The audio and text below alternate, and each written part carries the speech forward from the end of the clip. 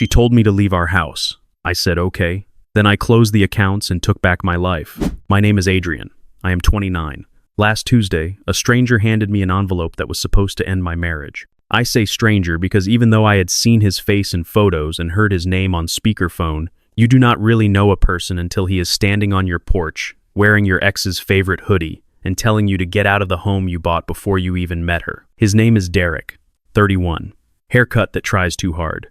A smile that does not reach his eyes. He lifted the envelope like a prize. "Sonia wants you gone by Friday," he said, as if he were doing me a favor. "Find somewhere else to stay." He leaned against my doorframe in a way that made it very clear he had been leaning against a lot of things in my life lately. I took the papers. I looked at him. Then I said one word. Okay. I did not argue. I did not sweat or shake. I closed the door and went straight to work. Call one of my lawyers. Call 2 to the bank. What Derek and Sonia did not know was simple. The house was mine. Not our house. My house. I bought it 2 years before we married with money from my grandfather's estate. The deed has one name, mine. I had never added Sonia to the title because we planned to refinance after we renovated the kitchen. We never got there. The backsplash stalled, and so did the marriage. Here's the part that made Derek feel bold. I travel for work. 2 months this spring, off and on.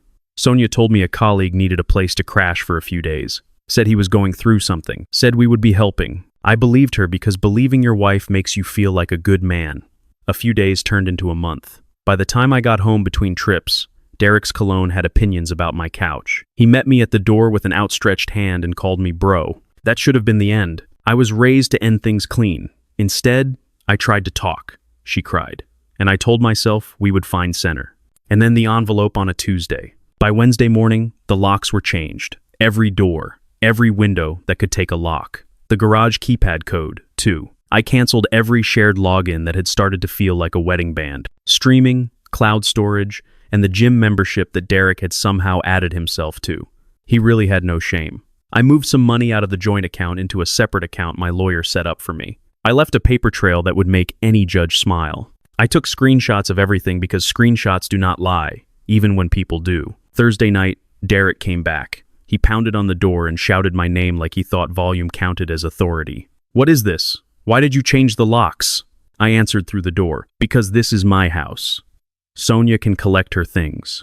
You cannot," he puffed up. "She is my partner now. We are together. Great. Be together somewhere else." He called me petty. He called me vengeful. He threatened to call a lawyer. I said, "Please do, so we can all meet at the same table." He left in a storm of insults that bounced off the porch. I stood inside and set my phone to save the whole exchange to a folder labeled receipts.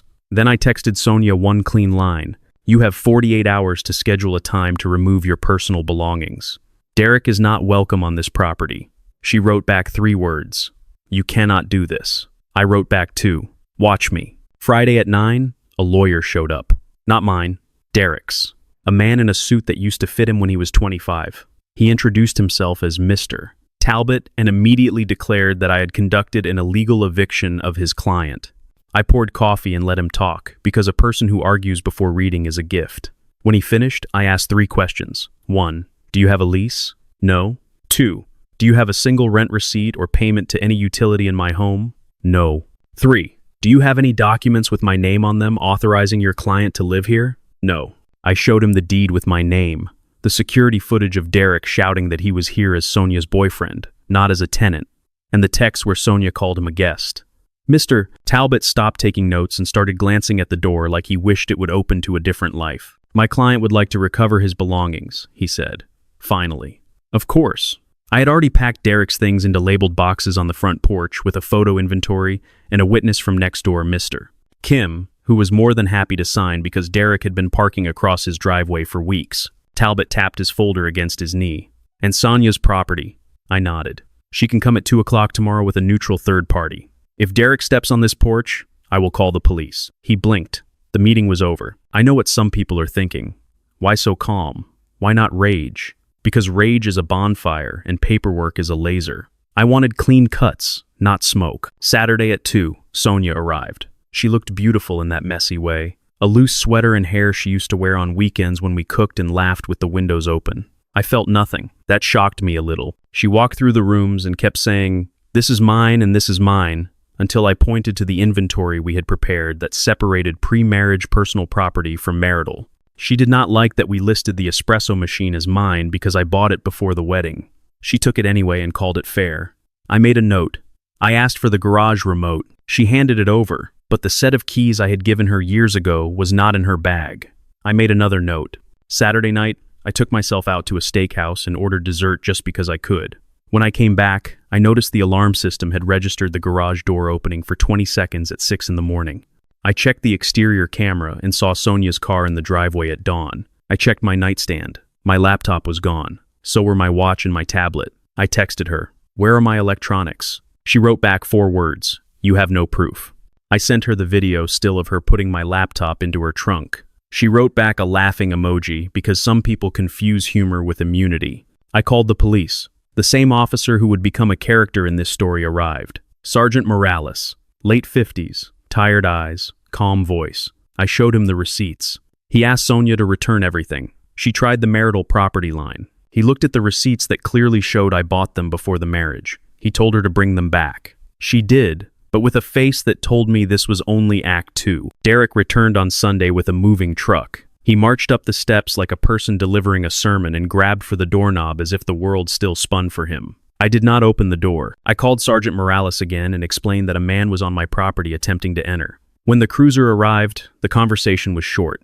"Do you have a lease, son?" "No." "Do you have proof that you live here?" "No." "Then take the boxes with your name on them and leave." He howled about his rights. The sergeant had heard it all for 25 years. Derek left with his boxes and a bruise on his pride. You would think that would be enough. It was not. Here is where Sonia thought she was clever. She moved back in on a Tuesday while I was at work, using the spare key I could not find and the fact that we were still technically married. The law in our state gives a spouse certain occupancy rights until a judge says otherwise. She made spaghetti and left the pot in the sink like she owned the sink and the pot and the hands that used to wash it. I called my lawyer, who confirmed what I already suspected. I could not legally lock her out until the first hearing, which was scheduled for 3 weeks away. I could, however, control who else came in. That meant Derek. That night, I heard Sonia on the phone whispering that she just needed a few days to make me accept Derek staying until the divorce was final. I smiled at the ceiling in the dark. Some people never learn until the bill arrives. 2 mornings later, tools went missing from the garage. My whiskey shelf was lightened by 3 bottles. The big television in the living room had screws resting on the console where a screen used to be. The indoor cameras had been unplugged. The exterior camera caught Derek loading the TV into the bed of a truck. Sonia tried to explain that they were moving it to keep it safe while I was being difficult. I called Sergeant Morales. He watched the footage, scratched his chin, and asked Derek a question when he arrived 20 minutes later. "Where is the TV?" Derek said at a friend's for safekeeping. The sergeant said there are 2 kinds of safety in this life. One is a box with a code. The other is jail. "Bring it back." Derek called his friend. The TV returned like a dog with its tail tucked. While we waited for the TV, I walked the sergeant through the house with a clipboard. Missing coffee maker, marked. Missing air fryer, marked. The missing watch had reappeared with a new scratch because Derek had tried it on, marked.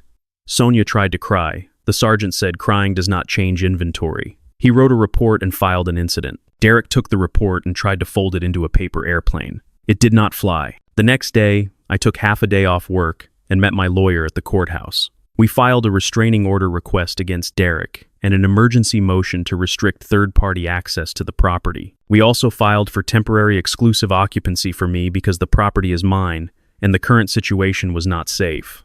The judge scheduled a hearing for the following Thursday. That hearing was a movie. Sonia arrived in a dress she used to wear to dinner with me. Derek wore a suit that he borrowed from someone a size wider. Mr. Talbot tried to speak quickly so the judge would not hear exactly what he was saying. My lawyer, Miss Patel, spoke slowly and held up one document at a time like a teacher with a class that needs help. The deed, the security footage, the itemized list of stolen property, the police reports, the text messages. The judge asked Sonia a question that cut through the fog. Why do you believe you have the right to invite your boyfriend to live in a home your husband owns while you are divorcing him? Sonia said that because we are separating and it is over. The judge said those are feelings, not laws. He granted me temporary exclusive occupancy, ordered Sonia to collect her personal items within 48 hours while escorted by an officer, barred Derek from the property entirely, and set the childless divorce on a fast track. Sonia tried to hug me in the hallway after the hearing. I stepped back. That evening, she brought 2 friends to help pack under the supervision of Officer Ruiz, who stood in the hall and hummed to himself while they boxed her clothes and shoes, and the kitchen gadgets I had clearly bought for her with a bow on top. She reached for the espresso machine again. I told the officer it was mine pre-marriage. He checked the photos and told her to step away from the coffee. I almost laughed. Derek could not come inside, so he tried a new approach. He called my phone 10 times and left messages about how I was ruining Sonia's life and how a real man would share until the divorce was final. He stood across the street with his hands in his pockets and tried to look dangerous. I turned the sprinklers on and went back to work at my desk. He left, soaked and swearing. Receipts folder updated. 2 days later, something finally snapped. Derek posted a long status on social media, bragging about his new life, his new house, and how he had upgraded from a man who built it to a man who could enjoy it. He did not realize that half the people at our gym follow me, and the other half know Sergeant Morales. The trainer who had spotted me for years started asking questions about how a man who was always borrowing guest passes suddenly has a house and a new television. He asked around. The story leaked like a pipe. Within a week, Derek was asked not to return to the gym. 2 bars stopped serving him because their managers are friends with my neighbor, Mr. Kim, who does not forgive driveway blockers.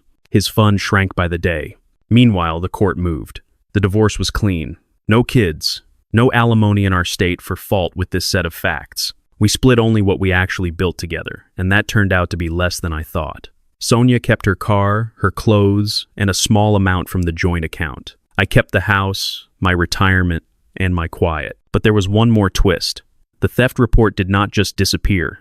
The prosecutor charged Derek with misdemeanor theft and criminal mischief for the scratched watch and the bottle of Japanese whiskey he dropped on my tile while returning it. He pleaded down to probation to avoid time, then violated probation by sending me 3 threats in a row after a night of drinking. He was arrested. Mr. Kim filmed it from his porch with a sympathy I can only describe as satisfied. People sometimes message me to ask if I feel bad. About any of it. About how hard the consequences hit Sonia and Derek once the dust had settled. I do not. Here is why. I did not call names. I did not fight in the yard.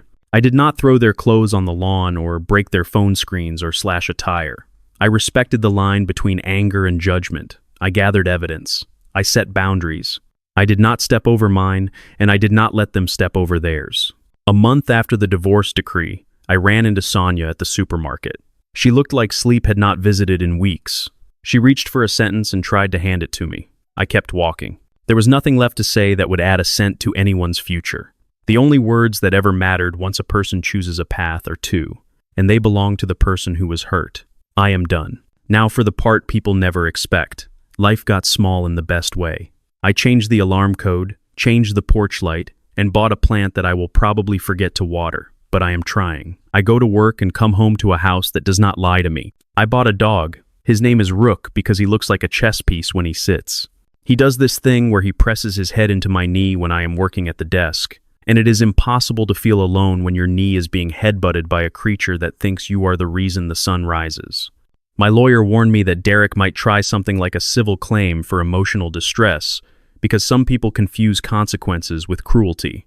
If he does, we will answer with the same stack of receipts and the same patient voice. If he threatens again, Sergeant Morales already told me what to do. Send it to him and to the probation officer. It is amazing how fast threats shrink when 2 uniforms are copied on an email. Do I wish my marriage had gone differently? Of course. I wish I had a memory of Sonia that did not curdle when I opened a kitchen drawer and saw the pasta measure she loved to use. I wish I had learned earlier that trust without proof is a gift you should not unwrap for people who hand it back with greasy fingerprints. But I am glad I learned it now. I am glad I learned that the quietest sentence in the world can be the strongest one. Okay. The day Derek delivered that envelope and tried to claim the doorframe as his own, my life split. The version where I blow up and become a story he tells at bars. And the version where I pick up the phone, call the right people, and let the law carry the heavy things while I keep my hands clean. I chose the second. If you ever have to choose, choose the second. If you are watching this and your chest hurts because parts of my story sound like yours, here is your sign. Do not argue with someone who is acting like a hurricane. Board the windows. Move your valuables. Call the insurance. Document everything. The storm will bring. The storm will pose a threat. The storm will pound on the door. It will pass. When it does, you will still be standing if you did not waste all your strength screaming back at the wind. I kept the house. I kept my peace. I kept my name on the deed and my hands off the drama. Sometimes the system does work when you show up with facts instead of fireworks. And sometimes the best revenge is not a speech. It is the sound of your own front door clicking shut behind you at night in a quiet house that is yours again.